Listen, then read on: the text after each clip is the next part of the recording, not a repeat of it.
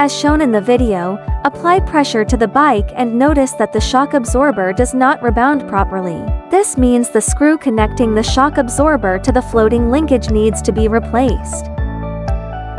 Locate the screw between the shock absorber and the floating linkage. Try using an Allen wrench to turn the screw.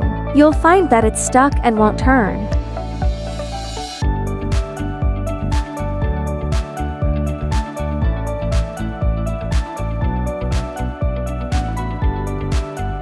The issue lies with this screw, so it needs to be removed and replaced.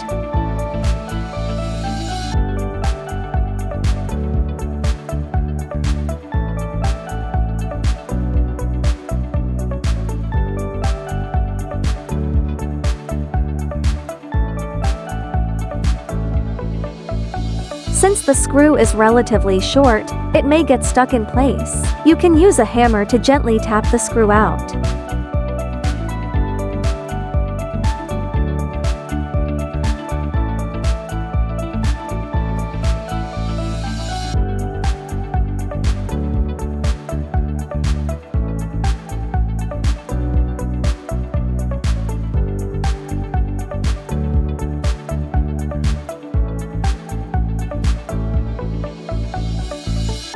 As shown in the video, take out the long Allen screw and washer that you've prepared in advance. To make installation easier, remove the screw connecting the shock absorber to the floating linkage. Apply a bit of lubricant to make the installation smoother.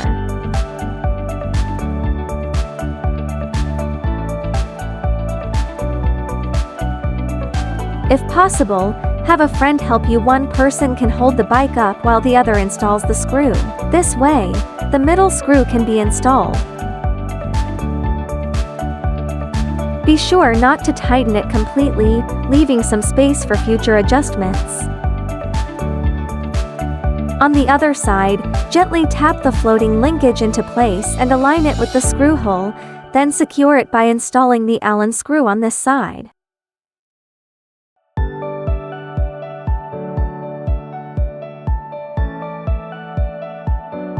Similarly, reinstall the screw that connects the shock absorber to the floating linkage and repeat the process for the middle screw.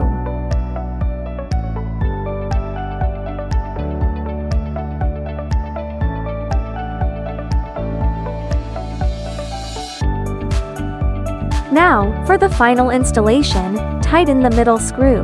As shown in the video, there's a washer here that helps secure the screw in place.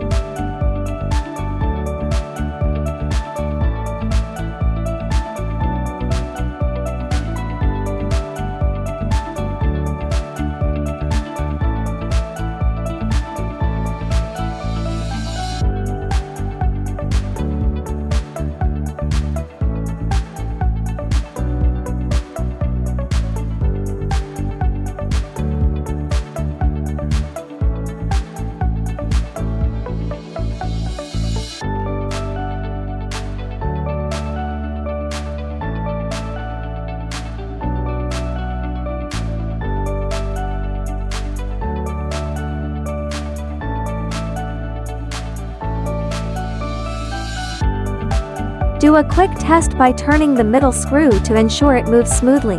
When you press on the shock absorber, it should rebound properly.